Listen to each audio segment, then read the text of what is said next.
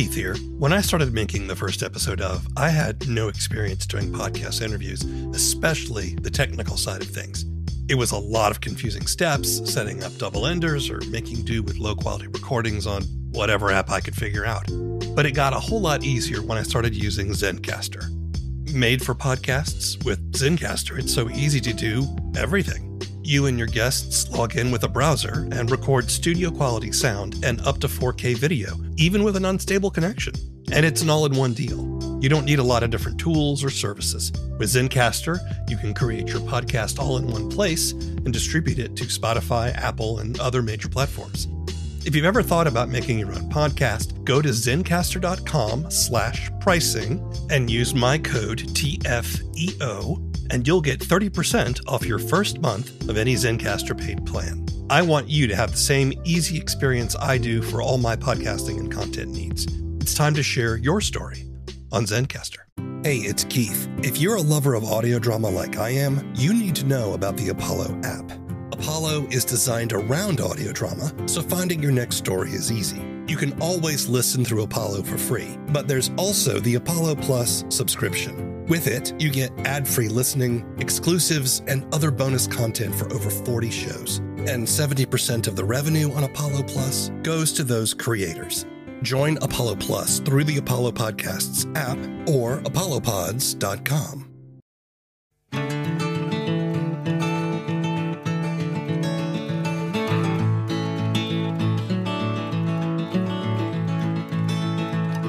Hello, and welcome to the first episode of a podcast about audio drama and the creative process.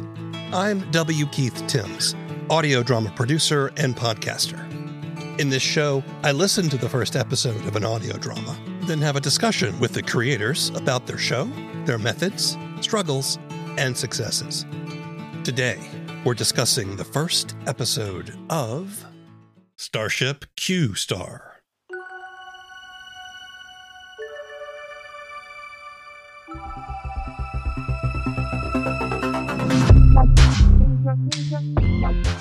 Starship Q Star is a sci-fi comedy created and co-written by Meegan May and Lauren Anderson. When a tone-deaf space agency sends the first all-woman and non-binary crew on a PR mission to Mars, they inadvertently end up the last 6 humans in the universe.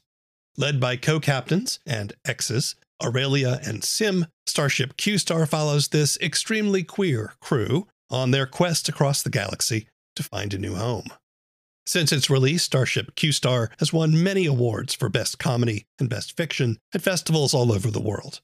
The first episode, 2 Girls, 1 Captaincy, introduces us to the co-captains and crew of the Starship Q Star as they try to do their jobs on a ship designed by chauvinists. I spoke to Meegan and Lauren remotely from their home in Melbourne. Why don't you just start off by telling us a little bit about yourselves as creative types, what your background is, how did you get into the creative field, and that kind of thing. Lauren, would you like to go first? Sure. My name is Lauren Anderson. I generally call myself like a writer and producer, but my background is really in direction as well as editing, I guess. And then I've become more of a writer and producer in recent years, although now I'm directing again. Yeah, I don't know how I got into doing all this stuff. I think I just always did. I got obsessed with Buffy when I was like at high school. And it was the first time I started to really understand and dig into how TV is made. I love the idea of that was such a group effort, that it wasn't just one person, that there was a writer's room. You know, there's all these people coming together to make something. I just love that. And so I've just been in kind of scratching the creative itch. Yeah, I currently work in a few different fields. So I work in reality TV and I work in scripted television. Well, now also we do audio fiction. Did you do any creative stuff when you were a child or in school, or did you study any of this? Yeah, I mean, like as a kid, I drew a lot and I do like little comics and things like that. Yeah, I didn't really make anything digital until I went to university. So I did an undergrad, like a Bachelor of Arts, which is just like more film studies and literature and all of those sorts of things. But it was sort of a sideways door into digital art, which is what they called it at the time, which was doing like short films and animation and sound design, which I wish I'd paid more attention to that now that we do what we do, because I really didn't pay enough attention then. I went to film school basically after that. I did a directing master's, and then I've also done a screenwriting master's as well. Wow. Yeah, it mostly just means I have a massive debt. Meegan, would you like to tell us a little bit about yourself, what you do on the show, and what your background is? Well, I'm Meegan May, and I also have a massive debt. I was pretty creative as a kid. I was more in the kind of performer side of things. I really loved acting. I really loved playing music and singing, but it wasn't until high school that I sort of started to do writing stuff. And I think that was in working with, I did a lot of musicals and drama classes, and so we do collaborative writing stuff and write monologues and that sort of thing. So that's kind of where I started doing that. And then straight out of high school, I did like a TAFE course, which I don't know, maybe like community college or technical college in the US. It was just like a 1-year course in filmmaking, which I really liked. But because I grew up in a small town in Tasmania, which is very different to how it's portrayed in Warner Brothers cartoons. But you mean you don't have wild rampaging animals running everywhere? I mean, we do, but they're a little smaller than they appear on screen. But it's a small place and it's an island, and it always felt very far removed from any type of like film and TV industry, which is where I kind of wanted to get into. So it's sort of like I kind of talked myself out of following that as a career and was like, I'll do something more sensible. So I too did a Bachelor of Arts, but it was in English and history, and I've never used any of that before. I guess I don't know why that is. It's like such not a sensible option in reality, but somehow we get sold that it is. It's the most ridiculous thing you can do. It's like the Bachelor that you do when you don't know what you want to do. It's like, very humanities. And I didn't specify in too many things. And then I did even more a unsensible thing. And I joined the military for 4.5, just under 5 years, and worked in military intelligence. So slightly different to what I do now. Wow. But I worked in psychological operations, which I guess most people know as like propaganda. But in Australia, it's much more of an intelligence field. But we would still do things like write radio plays and stuff like that. So it was still a little bit involved in creativity. But eventually, as a lefty creative type, the military wasn't for me. So invariably I left, and I went to do VCA, which is Victorian College of the Arts, or where a lot of people do film studies in Australia. And I did my Master of Screenwriting, which is where Lauren and I met.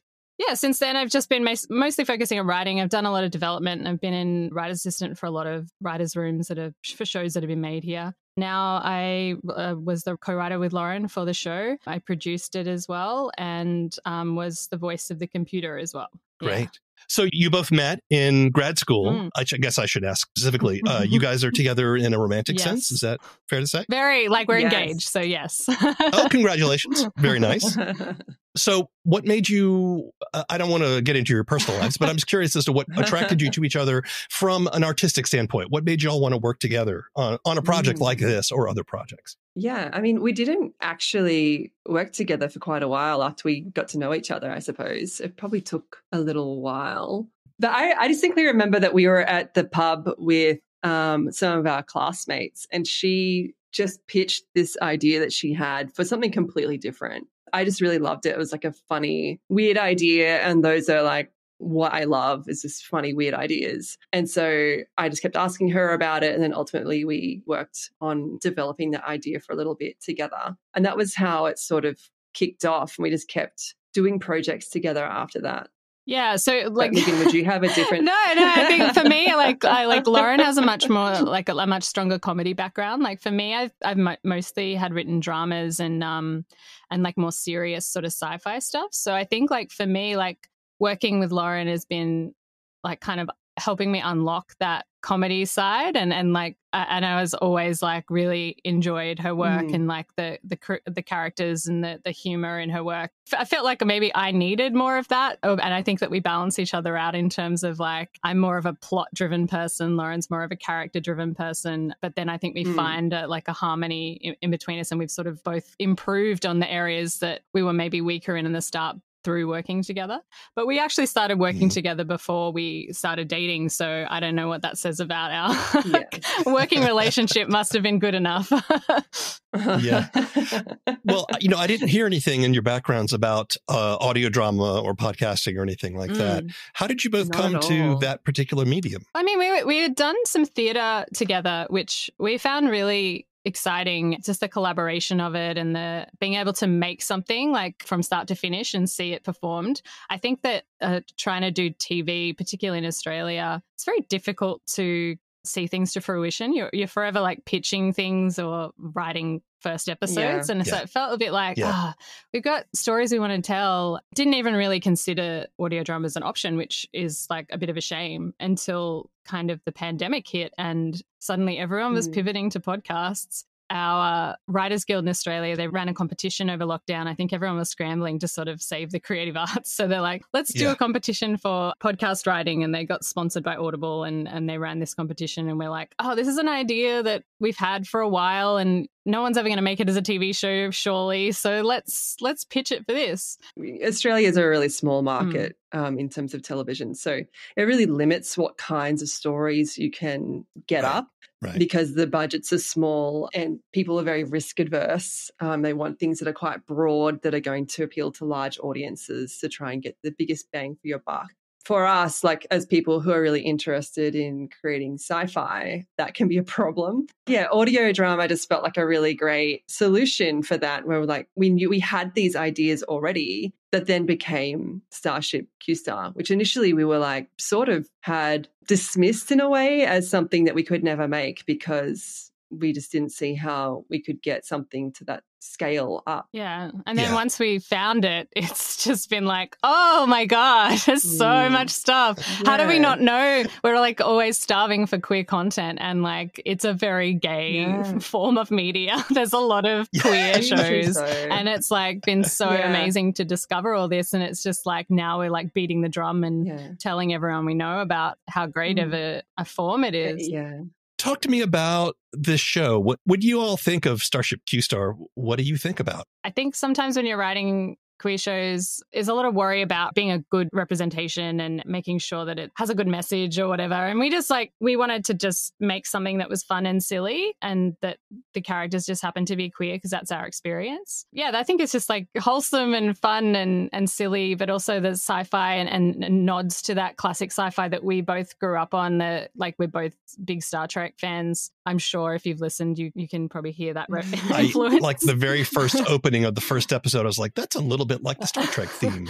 I think we pitched like to our composer, it's like the opening of Star Trek if Janelle Monáe made it. So that's like how it came about. But so we're big Star Trek fans. So it's like a funny, silly, gay version of that is kind of what I think about.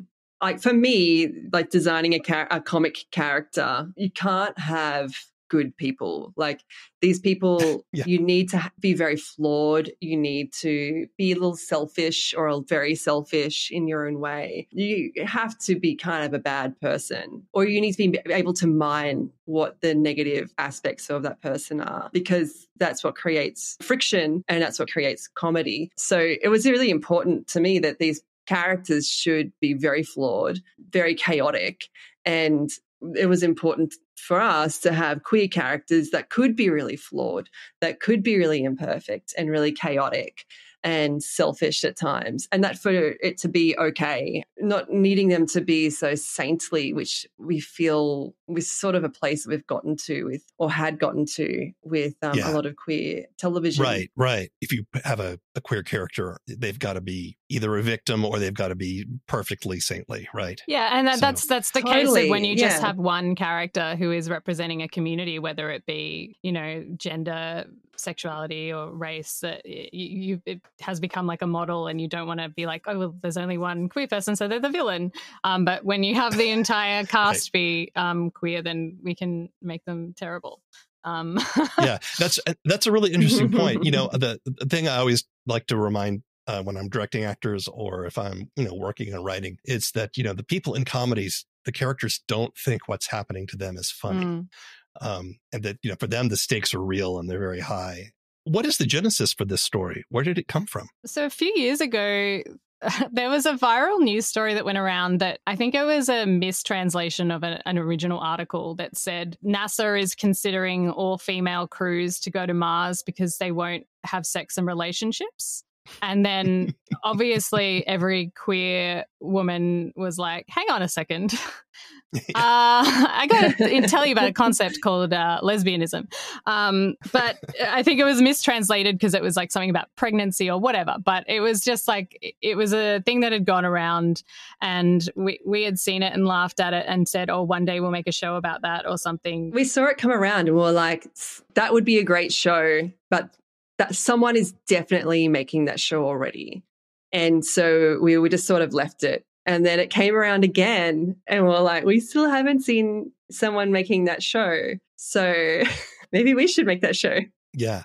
Did you have any ambitions for this project before you did it? Or was this just something you said, we want to do this, let's do it? We had like a tiered sort of ambition plan for it. The first ambition was to be able to produce 6-by-half-hour comedy that was in a sitcom style that could be appreciated by people in television, to prove that we could write and create that kind of content as a professional sort of ambition. And then like beyond that, if we could take it further, like that felt like a real pipe dream at the beginning. Really, like what we thought was it would be so great to be able to make something and release it and have people enjoy it, and for it to be 100% our voice and our tone and our writing, not diluted by any broadcaster or any notes from other producers. Like we could just really like balls out do what we love and create something that we love, and for better or for worse, it's going to be very much us. And then anything on top of that was like a dream. So it's like that was the goal, is just to really just make something that people might listen to. Why don't we talk a little bit about the show itself? Starship Q Star's first episode is called 2 Girls, 1 Captaincy. We discover the crew of the Starship Q Star. They're brought out of hibernation to do a boring, routine mission on Mars. But then they discover that their entire mission was designed by chauvinistic men as a political stunt, and that the commanders of the Space Force that they belong to, they don't have any faith in their abilities. Further, once they land on Mars, they discovered that while they were asleep, the entire human race has been destroyed. And they are the only people left. They do find one survivor from the Mars colony, Bob. And from there, they have to travel the universe to find a new home. So, how do you like our ship? Ready to co-captain it through space? Isn't it just so pink? Extremely pink. Everywhere. The walls, the floor, even the space bidet in my quarters. It is like we're travelling in the belly of an intergalactic flamingo. I find it calming. Liberating, even. I'm just going to experiment the shit out of this universe. I am so friggin' excited. Yes, it's such an exciting mission. The ISA's first all-women crew. Well, first non-men crew. Empowering their way through the stars to Mars Research Station, where they'll requisition rare regolith. Dirt. It's Martian dirt. And guide it safely home to Earth. Exactly as 7 mostly male crews have done so before us. No one has done exactly this mission, Co-Captain Banks. Why else would the ISA assign 2 captains to ensure its success? Especially when they already had me. A highly decorated career military and ISA officer. Oh, Sim. They were scared that one lady captain would get on the rag and crash into the moon. Yep. A short, historic mission. All we need to do is... Captain Jackson, I get it. You think I'm going to embarrass you in front of that douchebag General Swan. But Sim, he's a douchebag. And the ISA rules also douchey. So how about this? You be co-captain of lame rules and boring procedures, and I'll be the co-captain of cool, actually important things like exploration and experiments and having hard bonus for space. One of the things I think that it's really interesting about this first episode is a lot of the humor that comes in is making fun of chauvinism.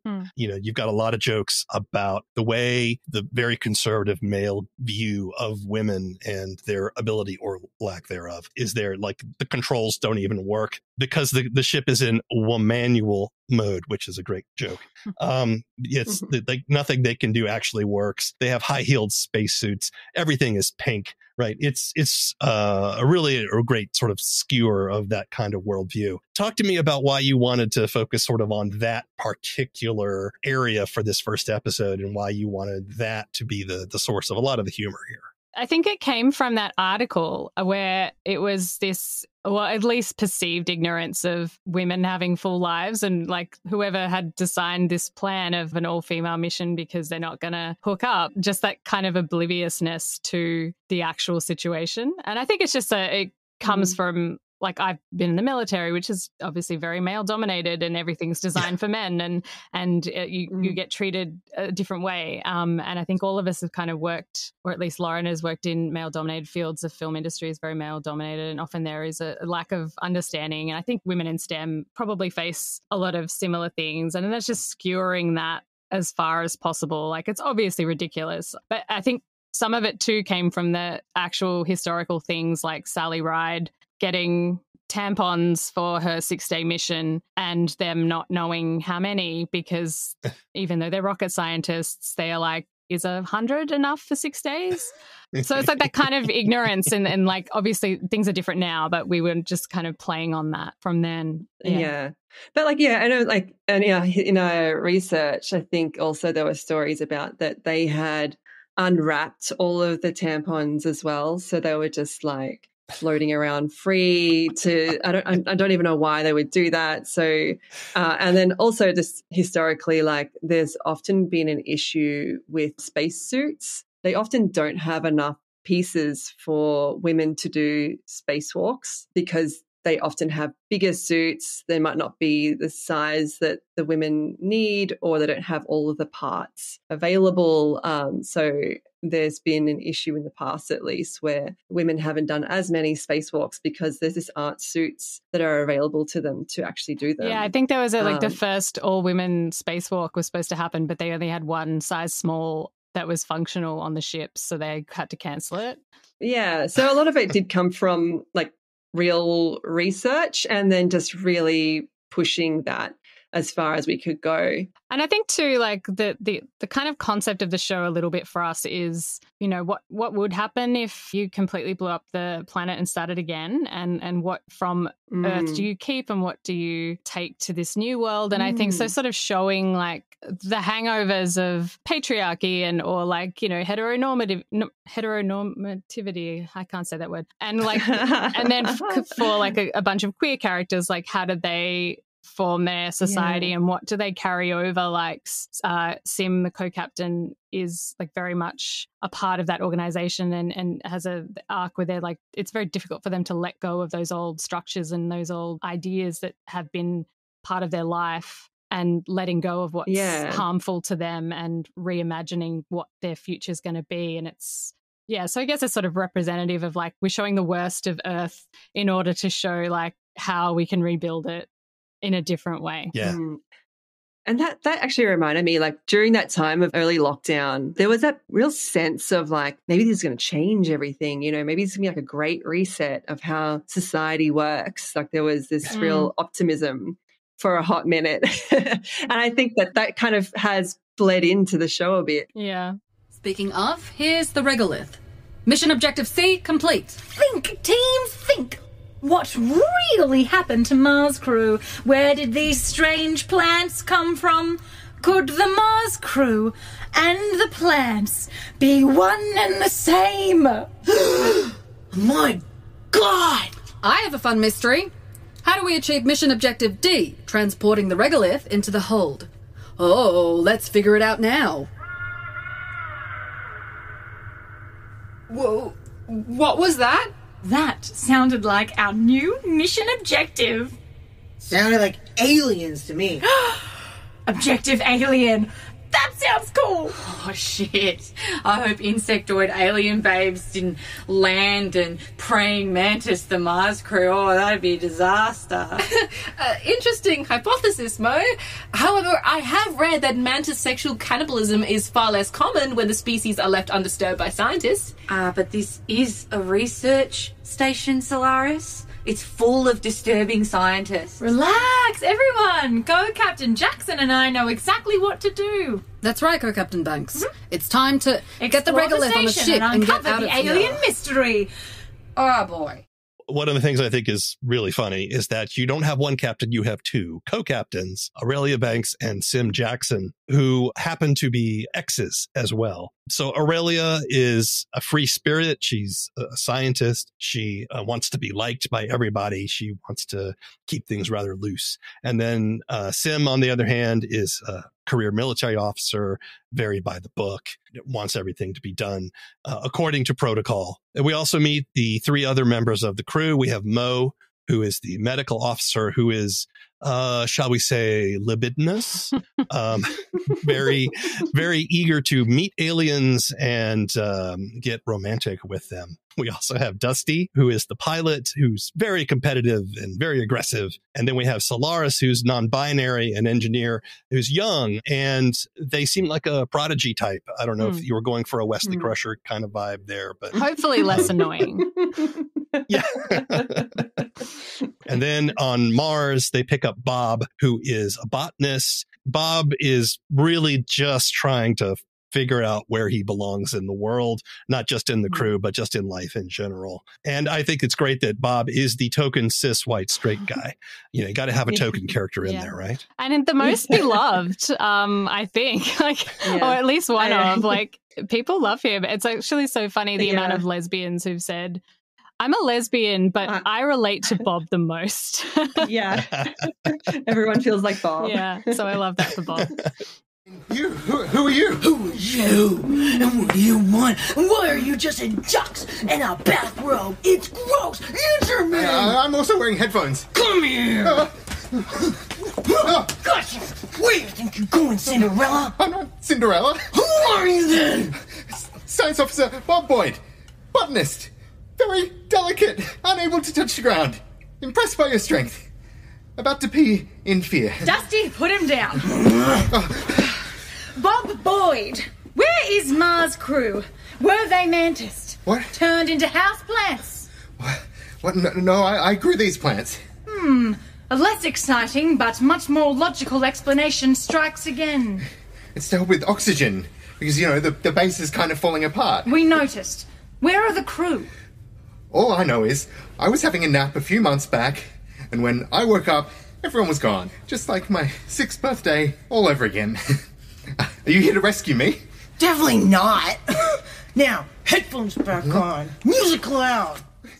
Talk to me about this cast of characters. I mean, they're all very strong personalities and they're all very different. Talk to me about how you came up with this as your crew and why you wanted these particular people to tell your story. First, it was important for us to have as very different people as much as possible from each other. Yeah, I'm just trying to think how we even started here because they have developed so much from where we began and they're continuing to develop now. So we thought about comic archetypes. I think that's where they initially started. Yeah. So there's obviously the Lothario, the inexperienced one, I don't know, Lauren knows comedy theory better than me. Commedia dell'arte types. Yeah, there we go.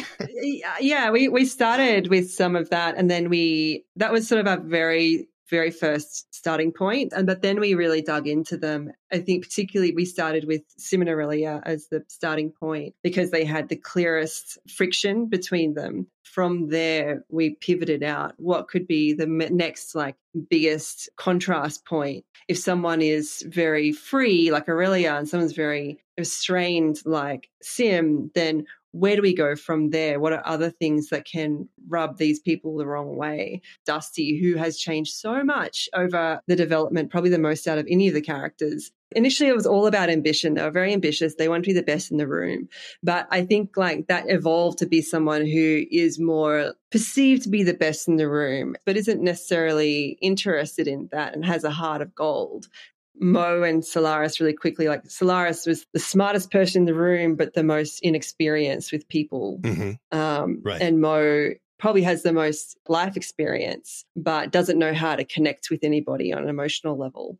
These characters definitely do give you the friction that you were talking about, right? And I think that's important, especially, well, it's important for any kind of storytelling, but, in in a comedy, you got to have the tension. Otherwise, there's nothing to make jokes about. The fact that they're all have something different, but they're all have to work together is a great setup, and that's kind of a classic setup. It's almost like a buddy cop movie between the two captains, right? That is familiar territory, but I do think that the setting and the characters and their particular position give us something fresh and unusual. Yeah, I hope so. Like, I think it's like a fine line between like a massive homage and relying on some tropes to get the story told, but also trying to just give our perspective and our take to give it something new. Yeah. We've seen a lot of Star Treks that have been male captains and from, male creators.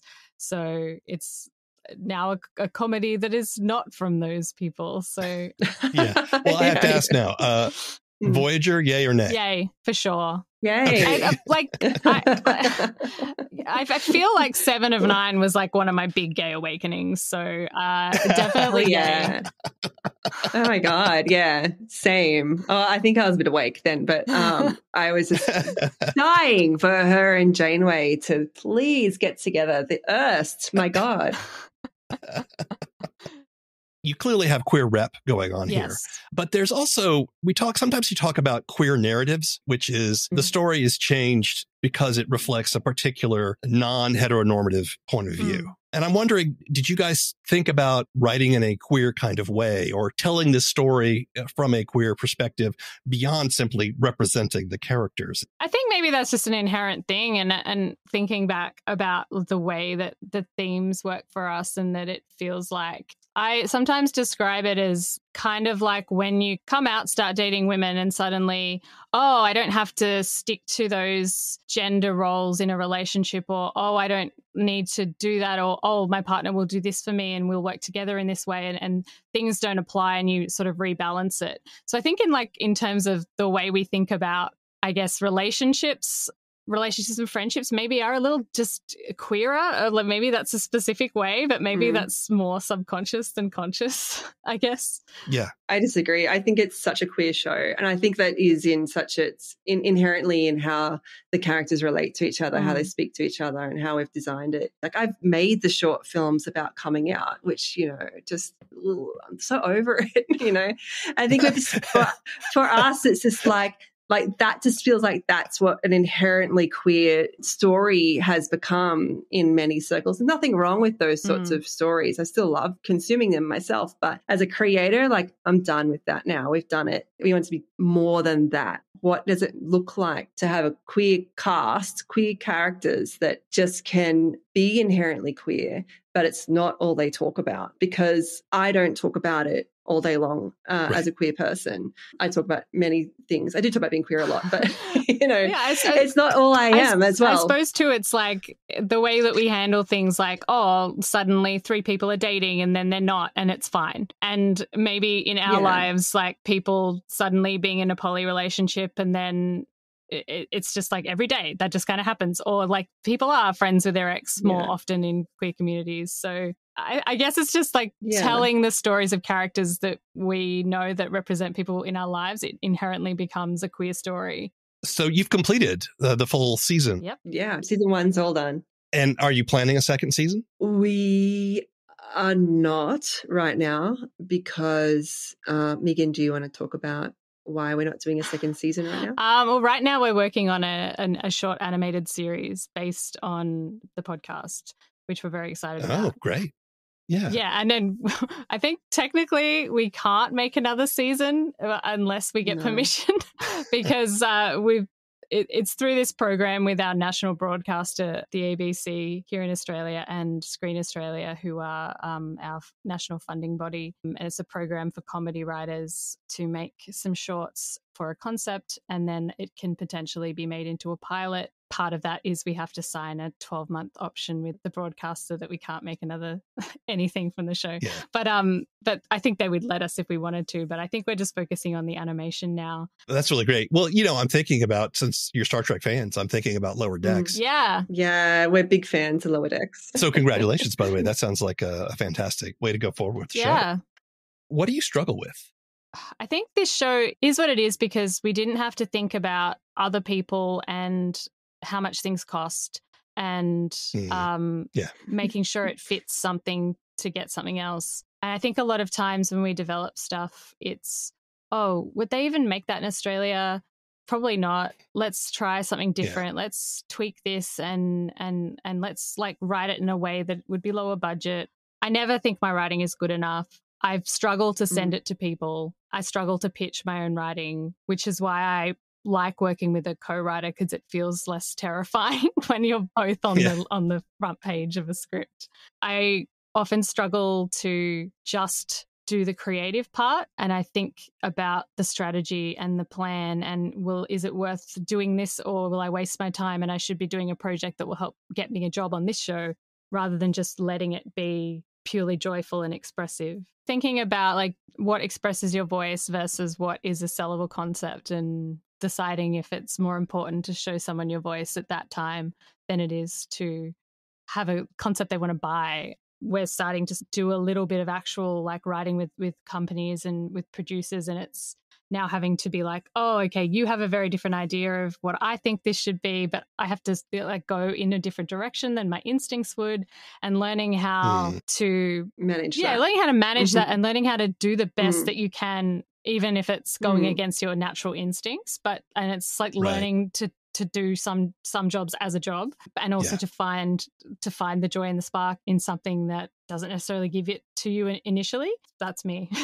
I think it's the capitalism part of the art that is the problem. Lauren, what do you struggle with?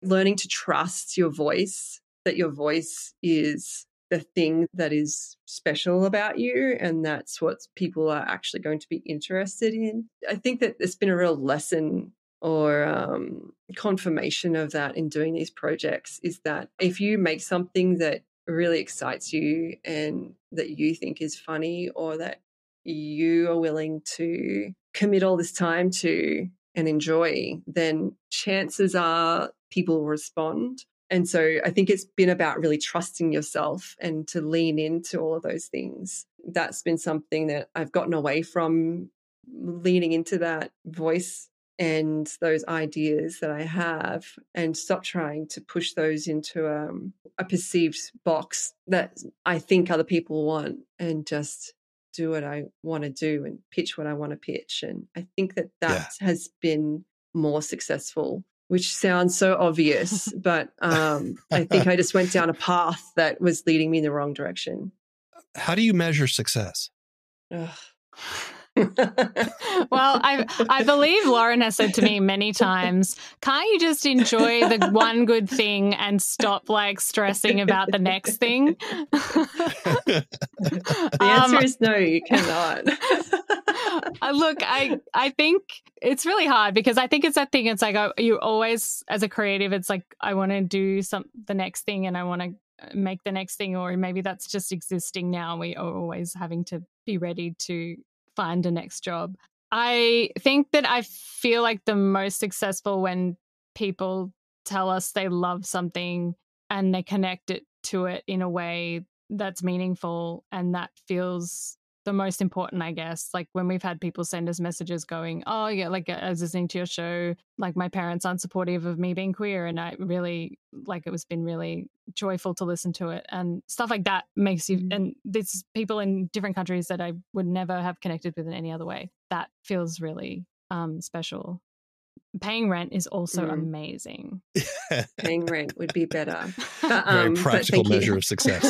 If I could ever own a house in Australia, which is insane because no one can, that would be, I would know I was successful.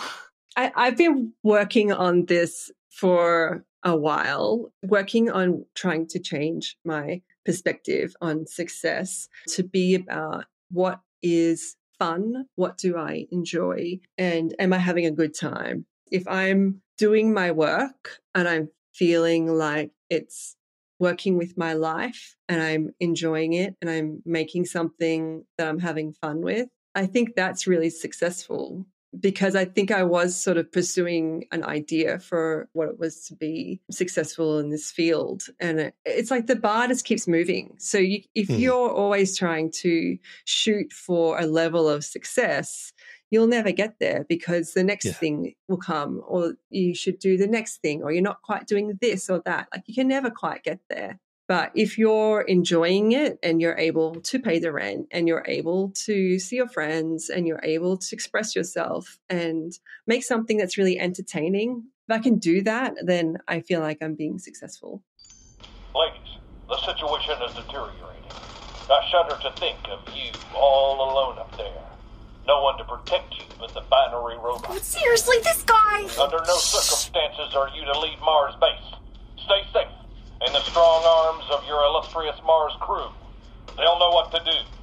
Do not attempt to return. Do not... forget it. By the time you get this message, Earth will have been... No further communications have been received. No satellite activity detected. No cellular, no Wi-Fi, no life signs, no radio. No life signs? Earth has been... Later days? Alderaan? Sensors indicate Earth's total destruction. No, it can't be. We can't go home. But we can't stay here. So what the heck do we do now, captains? Well...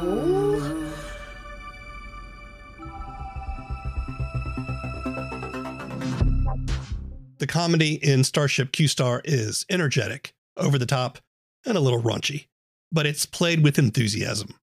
It's also got a lot of heart, as these characters, finally on their own in the universe, figure out who they can be and what their future looks like.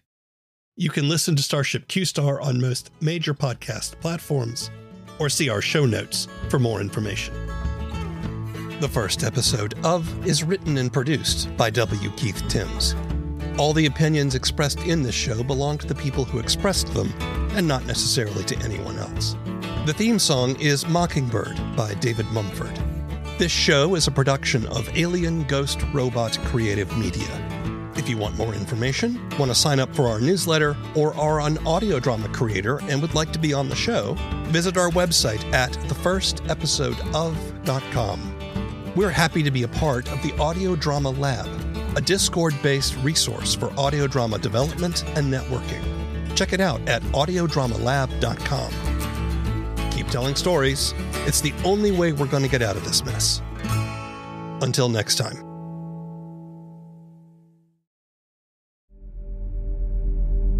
I know you got questions about him. Where did he come from? How did he do all those things they say he did? Was he a terrorist? Was he crazy? Was his skin really blue? Well, I'll tell you what I know. I was there with him, driving through the back roads under the stars. I was witness to wonders and miracles, and to the darkness that's coursing through the veins of our country. He came to fight it in his own strange way, but no one leaves that fight unchanged. Not even Rael. People ought to know the truth. And I was there. The Book of Constellations is a down-to-earth sci-fi road trip. It's audio fiction, and you can find episodes at bookofconstellations.com or wherever you get your podcasts. Hey, it's Keith. Have you ever thought about creating your own audio drama? Ever wanted to make your first episode of something? Then you should know about the Audio Drama Lab. It's a Discord-based resource for audio drama development and networking. You can connect with other creators, find actors and musicians, and even incubate your idea with step-by-step advice, accountability, and encouragement. Check it out at audiodramalab.com and start telling your story.